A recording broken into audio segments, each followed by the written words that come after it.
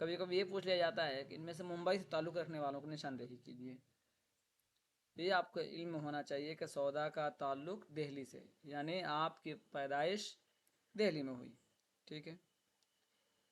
آپ کے آباء و اجداد کا پیشہ کیا تھا، کیا کرتے تھے؟ فن سپاہ گیری کرتے تھے. یہ آپ کو سپاہی. جی. والد کا نام کیا تھا؟ مرزا محمد شفیع. رفیع نہیں، دیکھیے کبھی چکے ہوا آپشن میں ہوا تو رفیع ہوگا، شفیع ہوگا، جمیل ہوگا، کچھ بھی ہوگا اس وزن پر. تو آپ کو صحیح نام یاد رکھنا ہے مرزا محمد شفیع. مرزا محمد شفیع. اور پیشے سے مشہور تاجر تھے. ٹھیک.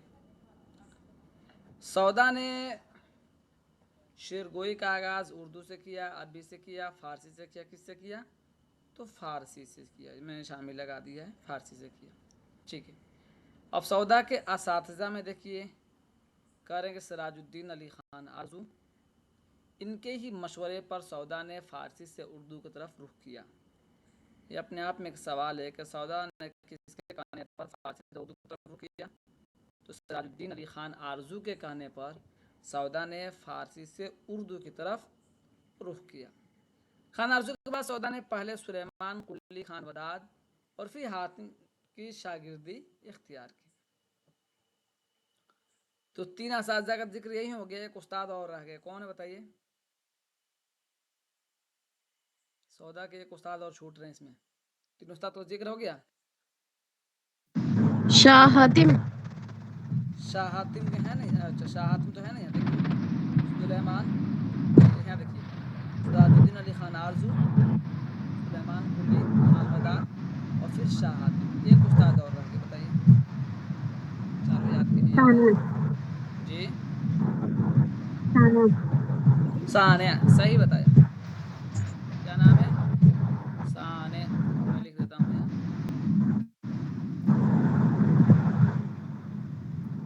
سانیہ. لفظ کیا ہے؟ سانیہ. اچھا تو یہ 4 استاد سودا کے. پھر ایک بات اور بتائی آگے کہ ان کے پاس دولت کافی تھی، لیکن دوست کے خوشنودی حاصل کرنے کے چکر میں ساری دولت اٹھا دی. ایک بڑا مشہور شعر عربی کا، یاد تو مجھے نہیں آ رہا ہے ابھی اس کا، نہ شاید اسی طرح ہے. صحبت صالح ترا صالح کند اور صحبت طالح کرا طالح کند. اچھے کی صحبت میں رہو گے تو پھر اچھا ہی بن جاؤ گے، اور اگر بد اخلاق کے ساتھ رہنے لگے تو پھر اس کا اثر آپ پر پورا غالب ہوگا. تو سوچ سمجھ کے قدم اٹھانا چاہیے انسان کو، اور زندگی میں تجربہ ملے تو اسے فائدہ اٹھانا چاہیے. اور اگر زندگی میں تجربہ ملا اس کے بعد بھی اسی چیز میں ملوث ہیں تو اپنا کام ہے. کبھی بھی کوئی بھی آپ کی نصیحت اور کسی کی تقریر آپ پر کام نہیں کرے گی. اور کسی سے کچھ تجربہ مل رہا ہے تو اسے آپ سبق حاصل کیجیے، اپنا راستہ بدلنے کی کوشش کیجیے، طریقہ بدلنے کی کوشش کیجیے. چلیے ایک بات ابکار نے پوری توجہ شعر گوئی کی طرف مرکوز کر لی. ٹھیک ہے. اور اپنا بیشتر وقت بسنت خان، خواجہ سیرا، احمد علی خان اور عماد الملک وغیرہ کی صحبت میں گزارنے لگے. ان لوگوں کے ساتھ گزارنے لگے. اور چونکہ رئیس گھرانے کے تھے ہی، شہزادے کی طرح تھے، تو رؤسا کی صحبت میں رہتے تھے. تو غریب لوگ کہاں، جو مالدار قسم کو ہوتے ہیں کہاں غریب لوگوں سے منہ لگتے، اس رہنے لگے. طبیعت میں شان و شوکت اور رئیسانہ وزاداری پیدا ہو گئی. ٹھیک ہے.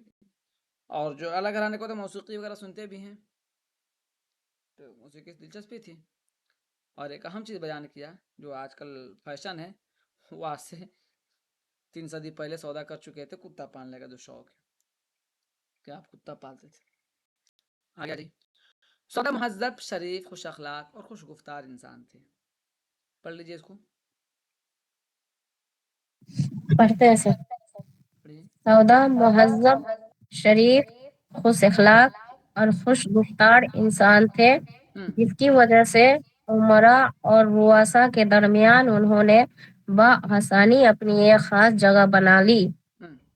زندہ دلی، یار پاشی اور دوست نوازی کے سبب یار پاشی اور دوست نمازی کے سبب ان کے احباب کا حلقہ وسیع تھا. اپنے زمانے کے اکثر چھوٹے بڑے شعراء سے ان کے مراسم رہے ہیں، لیکن ان ساری خوبیوں کے باوجود سودا خوددار اور انتہائی نازک مزاج بھی تھے. خلاف طبع کوئی بات برداشت نہیں کر سکتے تھے. اسی کے سبب سودا اپنے معاصرین سے ادبی چشمک بھی رہی ہے، اور انہوں نے اپنے ہم عصر شعراء کی ہجویے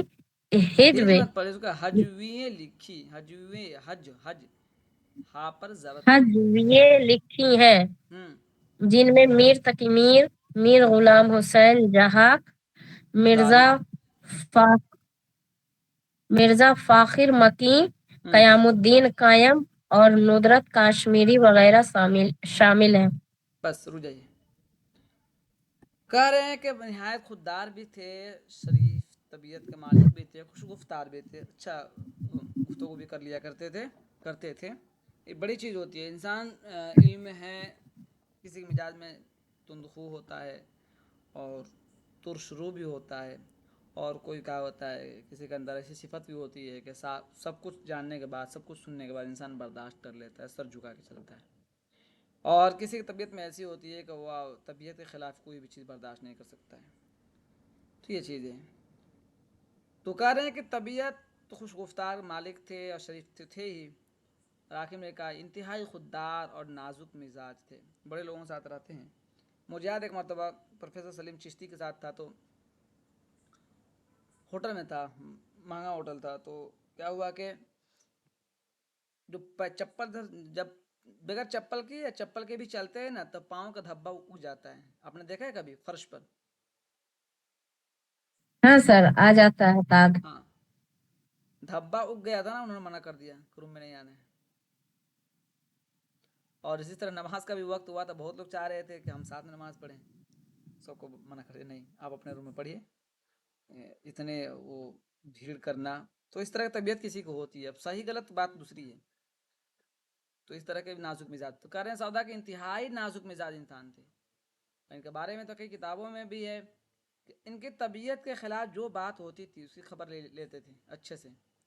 خلاف طبع کوئی بات برداشت نہیں کرتے تھے. اسی سبب، اب دیکھیے، اسی وجہ سے سودا اپنے معاصرین سے ادبی چشمک بھی رہی، اور انہوں نے اپنے ہم عصر شعراء کے ہجویہ قصائد بھی لکھے، ان کے ہجو بیان کی، بڑا مشہور ہے. اب یہ دیکھیے کہ ان میں کون کون ہے، کچھ نام ہے جس کو آپ یاد کر لیجیے. میر تقی میر، میر غلام حسین زاہد، مرزا فاخر مکی، قیام الدین قائم اور ندرت کاشمیری وغیرہ سے آپ کی ادبی چشمک تھی. اب یہاں سے ایک پیراگراف اور پڑھ لیجیے، یہ بھی جانکاری کے لیے ضروری ہے. پڑھیے. کوئی اور پڑھیے. سودا کے زمانے میں نادر شاہ اور احمد شاہ ابدالی کے متواتر حملوں کے علاوہ روہیلوں، مرہٹوں، جاٹوں اور سکھوں کے ہاتھوں دلی برباد ہو رہی تھی. ہر طرف قتل و غارت گری اور لوٹ مار کا بازار گرم تھا. دلی کے ابتر سیاسی اور معاشی حالات کی وجہ سے اہل ہنر اور شعراء دلی چھوڑ کر دوسری جگہوں پر ہجرت کرنے کے لیے مجبور ہو گئے، جن میں خان آرزو، میر تقی میر، قیام الدین قائم، قلندر بخش جرائد، غلام حمدانی مذہبی، انشاء اللہ خاں انشا اور سعادت یار خاں رنگین جیسے شعراء شامل تھے. دلی اس کو آپ نے کیا پڑھا ہے؟ قلندر بخش جرات جرأت. اچھا، چلیے. قلندر بخش جرأت. ہاں، دلی کے ناسازگار حالات کے سبب سودا بھی عماد الملک کے ساتھ فرق آباد چلے آئے. فروخ یہاں آباد. نواب احمد بخش خاں کی کہاں گئے؟ فروخ آباد. اچھا، فروخ آباد چلے آئے. یہاں نواب احمد بخش خاں کے دیوان مہربان خاں رند کی سرکار سے وابستہ ہو گئے. مہربان خان خود شاعری کا ذوق رکھتے تھے اور اہل فن کی قدر کرتے تھے. انہوں نے سودا کو ہاتھوں ہاتھ لیا. یہاں سودا نے کئی سال فراغت اور اطمینان کے ساتھ گزارے. اس کے بعد سودا شجاع الدولہ کی دعوت پر فیض آباد چلے آئے، جہاں شجاع الدولہ نے 200 روپے ماہانہ وظیفہ مقرر کیا، جو آصف الدولہ کے زمانے میں بھی جاری رہا. واز شواہد سے پتہ چلتا ہے کہ آصف الدولہ کی سرکار سے سودا کو 6,000 روپے سالانہ ملتے تھے. اس طرح سودا نے دلی سے لے کر لکھنؤ تک ایک خوشحال زندگی گزاری. انہوں نے کبھی معاشی تنگ دستی کا سامنا نہیں کیا. جب ناموافق حالات کی وجہ سے ان کو دلی کو چھوڑ کر فروخ آباد کا رخ کرنا پڑا، اس وقت بھی ان کو آسائش میسر رہی. اور اس کے بعد بھی 1775 میں شجاع الدولہ کے انتقال کے بعد ان کے فرزند نواب آصف الدولہ جانشین ہو گئے. آصف الدولہ نے جب دارالسلطنت فیض آباد سے لکھنؤ منتقل کیا تو سودا نے بھی لکھنؤ میں سکونت اختیار کر لی، اور لکھنؤ میں ہی 27 جون 1781 میں اردو کے اس عظیم الشان شاعر کا انتقال ہوا، جنہیں امام باڑہ باقر علی میں دفنایا گیا. بس یہ ان کے حالات، اس کو ہم آپ کو پھر سے بتا دیتے ہیں. اس پیراگراف میں ایک دو پوائنٹ دیکھیے. نمبر 1 کہ سودا کے زمانے میں کس بادشاہ نے دلی پر حملہ کیا تھا؟ نادر شاہ ابدالی نے. کس نے؟ نادر شاہ ابدالی نے. نمبر 2 سودا نے دلی سے جب ہجرت کی تو کس طرف رخ کیا؟ فروخ آباد. فیض آباد. فروخ آباد. سب سے پہلے دلی کے ناسازگار حالات کے سبب سودا بھی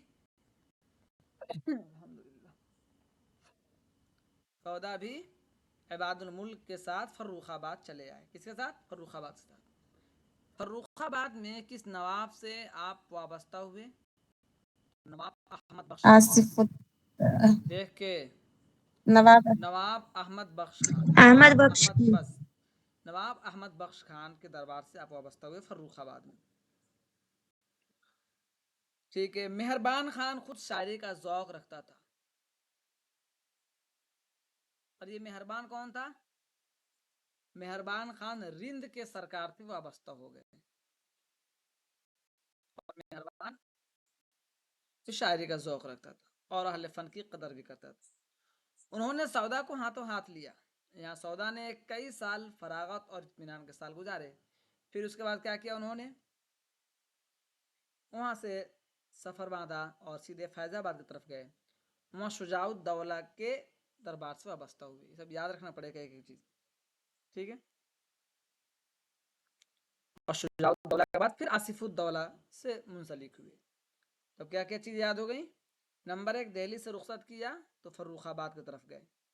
فروخ آباد میں کون سی جگہ گئے؟ نواب احمد بخش کے دیوان. مہربان خان رند کے سرکار سے وابستہ ہو گئے.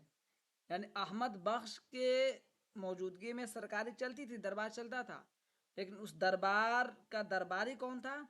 درباری تھا مہربان خان رند. سمجھ گئے؟ تو مہربان خان رند نے سودا کو قبول کیا اور پھر سودا وہاں سے لکھنؤ وہاں فیض آباد گئے اور فیض آباد میں شجاع الدولہ کے دربار سے وابستہ ہوئے. پھر اس کے بعد آصف الدولہ سے وابستہ ہوئے. اس طرح فروخ آباد کون سی جگہ ہے؟ سرچ کر لیجئے. جگہ کا نام ہے، ہم اتنا جانتے ہیں، کوئی سوال نہیں ہے. یو پی میں تو یہ ہے، آپ یو پی سے کھوجیے تو کہاں ہے.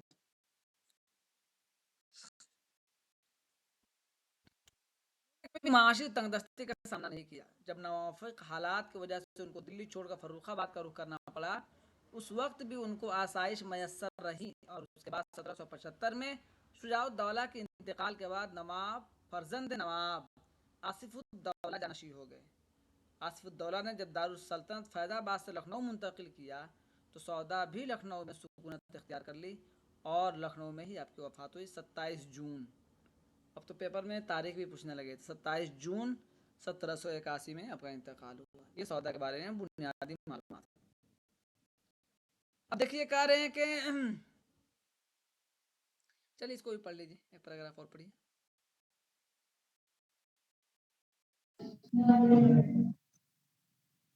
مرزا محمد رفیع سودا کی قصیدہ نگاری. کوئی اور مرزا پڑھیے, محمد آپ پڑھ رفیع لیے تو سودا کا شمار کسی اور کو اہم جی کسی اور کو پڑھنے دیجیے. سر ہم پڑھے. پڑھیے, آپ نے نہیں پڑھا تھا نا, پڑھیے. مرزا محمد رفیع سودا کی قصیدہ نگاری. مرزا محمد رفیع سودا کا شمار ہم کلاسیکی شاعروں میں ہوتا ہے. اردو قصیدہ نگاری میں ان کا مرتبہ بہت بلند ہے. ان کے زمانے کو اردو شاعری کے سنہرے دور سے تعبیر کیا جاتا ہے. مرزا محمد رفیع کو اگرچہ اردو غزل میں کمال حاصل تھا, لیکن ان کی اصل شہرت اور مقبولیت کا دارمدار قصیدہ نگاری پر ہے. سودا کے سامنے اردو کی ابتدائی قصیدوں کے مقابلے فارسی کے عمدہ قصائد موجود تھے. ایسے میں ان کی طبیعت فارسی قصائد کا اثر پڑھنا فطری تھا. چنانچہ انہوں نے عرفی اور خاقانی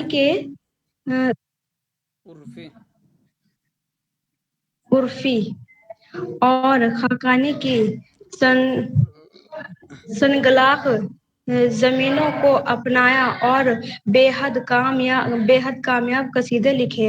مثال کے طور پر عرفی کا مشہور لامع قصیدہ ہے. رک جائیے, مائک بند کیجیے. کچھ سوالات اس کو دیکھیں یہاں. مثال کے طور پر سودا کا شمار کس میں ہوتا ہے, تو کلاسیکی شاعروں میں ہوتا ہے. ایک بات. دوسری بات, سودا کے زمانے کو کس زمانے سے تعبیر کیا گیا ہے, تو سودا کے زمانے کو سنہرے دور سے تعبیر کیا گیا ہے. ادب کے سنہرے دور میں کن کا شمار ہوتا ہے, سودا کا ہوتا ہے, سودا کے زمانے کا. اب ایک سوال یہ بنے گا کہ سودا کو قصیدے کے علاوہ اور کس فن پر عبور حاصل تھا, تو جیسے یہاں لکھا ہے کہ اگرچہ اردو میں کمال حاصل تھا. اسی چیز کو میں نے اپنے زبان میں بدل دیا امتحان کی زبان میں, کہ یہ سوال پوچھ لیا جائے کہ سودا کو قصیدے کے علاوہ اور کس زبان میں عبور حاصل تھا, تو غزل گوئی میں. ٹھیک ہے, غزل گوئی. ٹھیک ہے. اب ایک سوال یہ بنتا ہے کہ سودا نے کس کی طرز پر کس کے اسلوب پر شاعری کی یا قصیدہ گوئی کی, تو عرفی اور خاقانی. یہ یاد کر لیجیے گا, عرفی اور خاقانی جو فارسی کے مشہور قصیدہ گو شاعر تھے. اب کہہ رہے ہیں عرفی کا لامعہ قصیدہ بڑا مشہور ہے. دیکھیے یہ عرفی کا قصیدہ ہے اور نیچے والا سودا نے لکھا ہے, یہ عرفی کا ہے.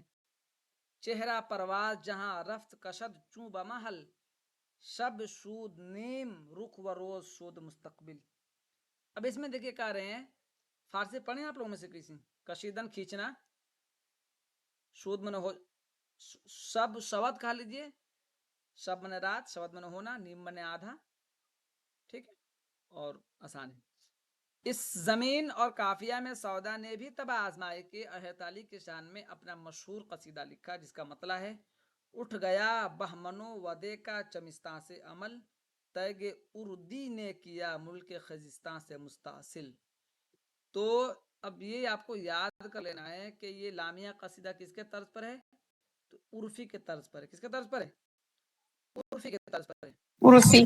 اب اسی طرح دیکھیے اٹھ گیا بہمن چمن, یہ عرفی کے طرز پر ہے. تو خاقانی کے طرز پر کون سا قصیدہ ہے, یہ بھی دیکھ لیجیے. عرفی کے علاوہ انوری جو کہ قصیدہ حجوی قصیدے کا بادشاہ, اب یہ یاد کر لیجیے گا, حجویہ قصیدہ کا بادشاہ کسے کہا گیا ہے, انوری کو. اس کی تقلید میں سودا کا حجویہ قصیدہ تضحیک روزگار بھی ملتا ہے. تو تضحیک روزگار کس کے طرز پر لکھا ہے, انوری کے طرز پر لکھا ہے. اس کے علاوہ خاقانی کی زمین پر بھی سودا کا بہت مشہور اور کامیاب قصیدہ ملتا ہے. اب دیکھیے خاقانی کا طرز کیا ہے, نثار اشک من ہر شب شکر ریز است پنہانی, کہ ہمت راز زنا سو است باز نو پشیمانی. اب دیکھیے یہاں اسی کے طرز پہ خاقانی کا وہ شعر ہے وہ فارسی میں ہے. اردو میں اسی طرز پہ کیا لکھا ہے وہاں لکھا نا پیشانی, اب اسی طرز پہ لکھا ہے انہوں نے ہوا جب کفر ثابت و تمغائے مسلمانی نہ ٹوٹی شیخ سے زنار تسبیح سلیمانی. اب یہ 3 بات آپ یاد کر لیجئے. نمبر 1 قصیدہ ہوا جو کفر ثابت و تمغائے مسلمانی, یہ بتائیے کس صنف کا قصیدہ ہے؟ ہجویہ ہے, نعتیہ ہے, عشقیہ ہے یا ناصحانہ ہے؟ کیا ہے؟ نعتیہ. ہجویہ.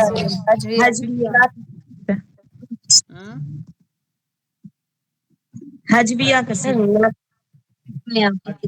یہ ہجویہ لگ رہا ہے آپ لوگوں کو؟ نعتیہ ہے سر. نعتیہ ہے یہ نعتیہ ہوا جب سوال جب پڑھا رہا ہوں تو غور سنیے. آپ نے سنا نہیں, آپ چونکہ پہلے سے جو چیزیں یاد ہیں, اسی طرح اس میں سودا کا بھی بتا رہا تھا, ہجرت کا, تو جو پہلے سے یاد تھا آپ وہی بول رہے تھے. پھر سے اس کو دیکھ لیجیے اچھے سے, یہاں سوال بنتا ہے. نمبر 1 سودا نے کن کن لوگوں کی طرز پر کوشش کی؟ عرفی, خاقانی اور انوری. عرفی کا طرز پر حیدر علی کے شان میں جو قصیدہ لکھا ہے لامیہ قصیدہ, کس کی طرز پر لکھا ہے؟ عرفی کے طرز پر لکھا ہے.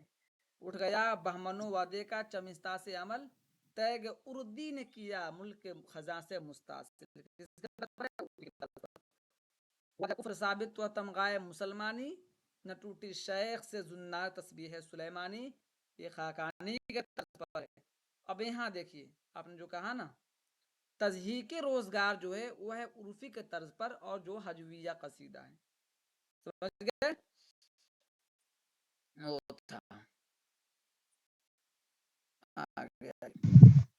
اب یہاں دیکھیے کہ محمد حسین آزاد نے کیا کچھ قول ہے, انہیں دیکھیے. آپ نے کوئی پڑھ سکتا ہے پڑھیے جلدی سے.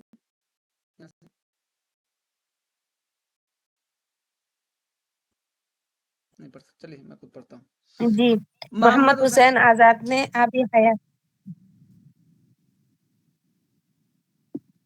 آب حیات میں سودا کی قصیدوں پر اظہار خیال کرتے ہوئے لکھا ہے, پس اول قصائد کا کہنا, پھر اس دھوم دھام سے اعلیٰ درجہ فصاحت و بلاغت پر.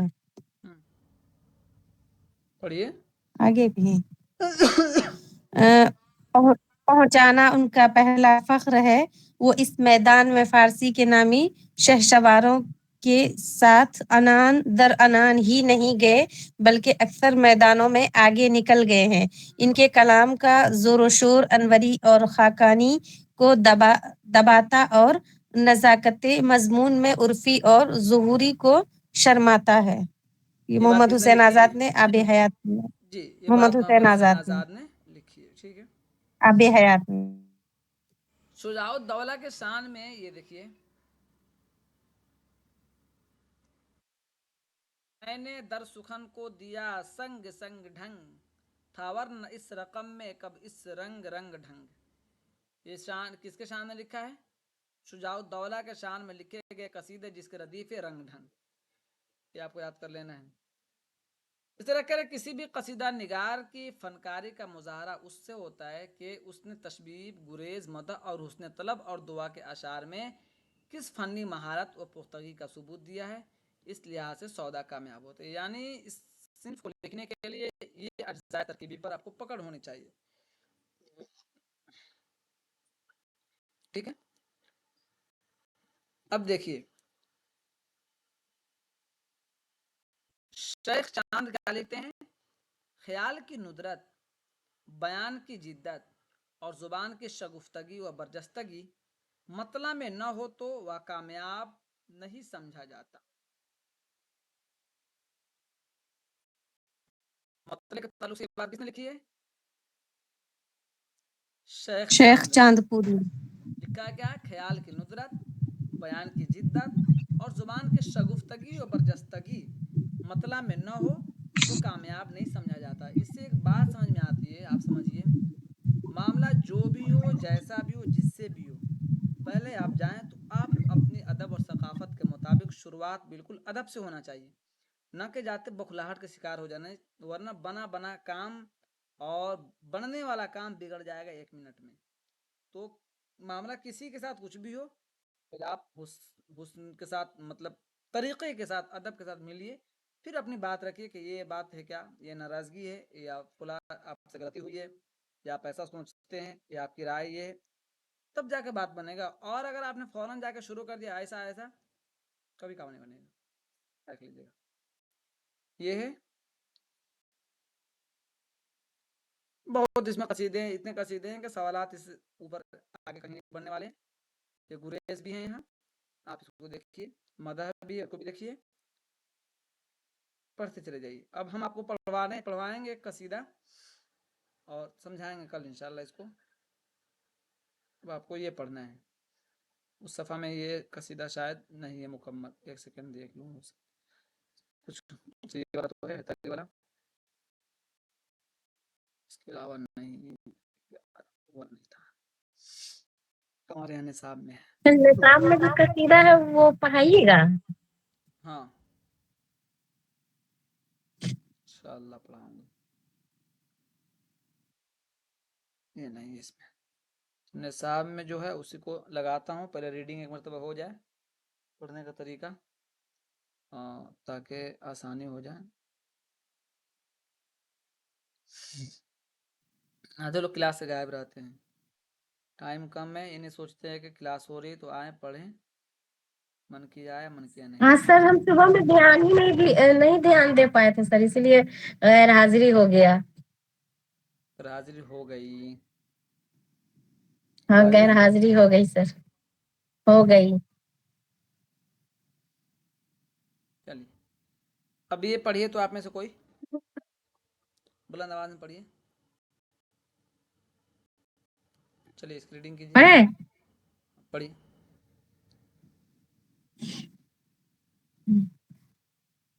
سودا کا داخل نصاب کا شاید ہوا جب کفر ثابت ہے و تمغہ مسلمانی اس کو پڑھ قصیدہ لیجیے، در.